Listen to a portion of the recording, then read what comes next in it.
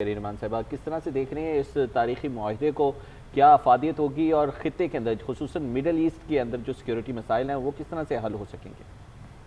जी, पहले तो मैं शुक्रिया आपका। देखिए, ये मैं समझती हूँ संग मील है एक हर तौर से इसकी रिमिट में, इसके स्केल में और इसके जियोपॉलिटिकल और जियो स्ट्रेटेजिक जो दूररस असरात होंगे। मैंने पहले इस तरह का मुआहदा नहीं देखा है जिसमें ये लैंग्वेज हो कि आपके मुल्क पर हमला हमारे मुल्क पर हमला होगा। इसके बहुत दूररस असरात होते हैं, इसके इम्प्लिकेशंस होते हैं डिफेंस के लिए भी, जियोपॉलिटिक्स के लिए भी, पूरे खित्तों के लिए।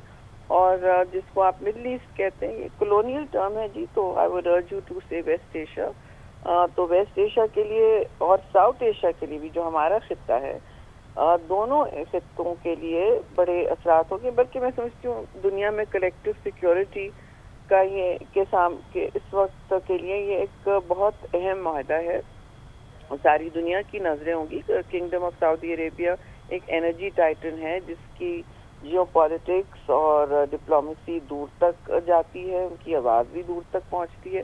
पाकिस्तान ने अभी मार्का हक के बाद अपना लोहा भी मनवा लिया है, और तो एक शेप लगता उभर रहा है मुझे, एक सूरत हाल ऐसी उभर सकती है जिसमें पाकिस्तान ज़ाहिर है एक सिक्योरिटी प्रोवाइडर अब बनेगा किंगडम ऑफ सऊदी अरेबिया को। और ये शख्स तो हमें वैसे भी एक तरह से भाता है, क्योंकि ये हम हमेशा खादमे हरमैन शरीफैन की और मुक़द्दस मकामात की तहफ़्फ़ुज़ के लिए अपना हमेशा फ़र्ज तो हमेशा समझते रहे हैं, और ये बात पहले भी हुई है।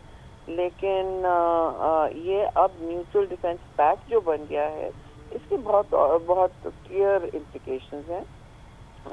जो अब इजराइल ने वहाँ अग्रेशन की है एज अ रोग टेररिस्ट स्टेट, वो भी अब उसके सामने एक दीवार तो बन गई है कि जीसीसी ममालिक पर उसने हमला करने की जसारत की, और जिन पर अमेरिका का सिक्योरिटी अम्ब्रेला होती थी, और अमेरिका की तंबी के बावजूद वो गजा में अपनी खून और आग की जो होली खेल रहे हैं, नस्ल कुशी की, वो जारी है। मतलब गजा शहर में वो घुसते चले जा रहे हैं और उनका मिलिट्री एक्शन रुक नहीं रहा है।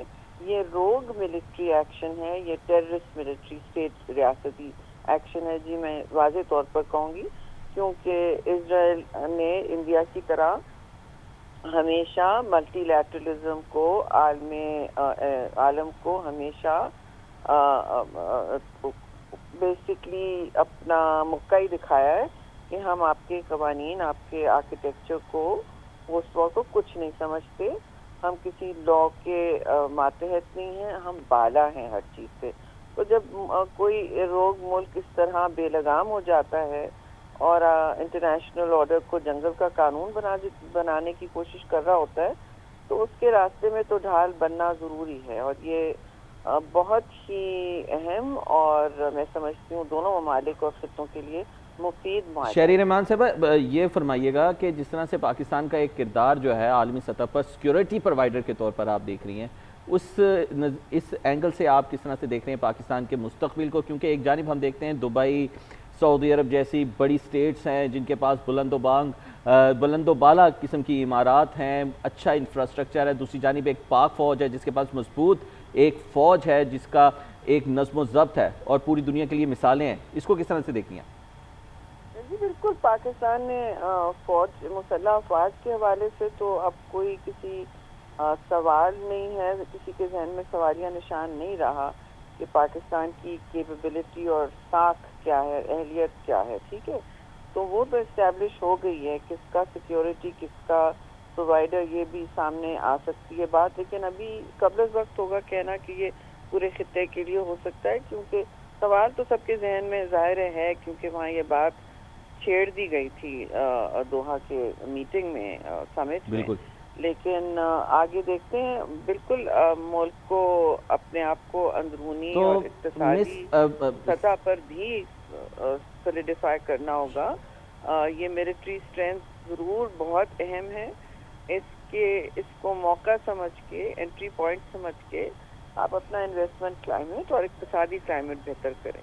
اچھا شہری رحمان صاحبہ، جس طرح سے ہم نے دیکھا پاکستان کے کردار کو ماضی کے اندر بھی، اور شاہ فیصل کا اگر کردار دیکھا جائے تو محمد بن سلمان جس طرح سے ایک اسلامک اتحاد کے لیے ہمیں حامی نظر آ رہے ہیں، جس کی چھیڑی گئی ہے بات کچھ دن پہلے دوحہ میں، اور ایک نیٹو طرز کی فورس بنانے کے لیے بھی باتیں کی جا رہی تھی، اس کو آپ کس طرح سے دیکھ رہے ہیں؟ آپ کو لگتا ہے وہ جھلک نظر آ رہی ہے کہ شاہ فیصل کی طرح اب مسلم اتحاد جو ہے وہ اور زیادہ مضبوط ہوگا؟ دیکھیے تاریخ میں جب بھی کوئی لیڈر ابھر کے آتا ہے ویژن کے ساتھ یا اسٹریٹجک سوچ کے ساتھ، تو ان کو تاریخ یاد رکھتی ہے۔ مسلم امہ کو جمع کرنا اور ان کا اتحاد بنانا بالکل سب کا شرف تھا، لیکن سب سے زیادہ اس میں شہید ذوالفقار علی بھٹو کا کردار تھا، اور دنیا نے سراہا ہے کہ ایسا ہوا ہے۔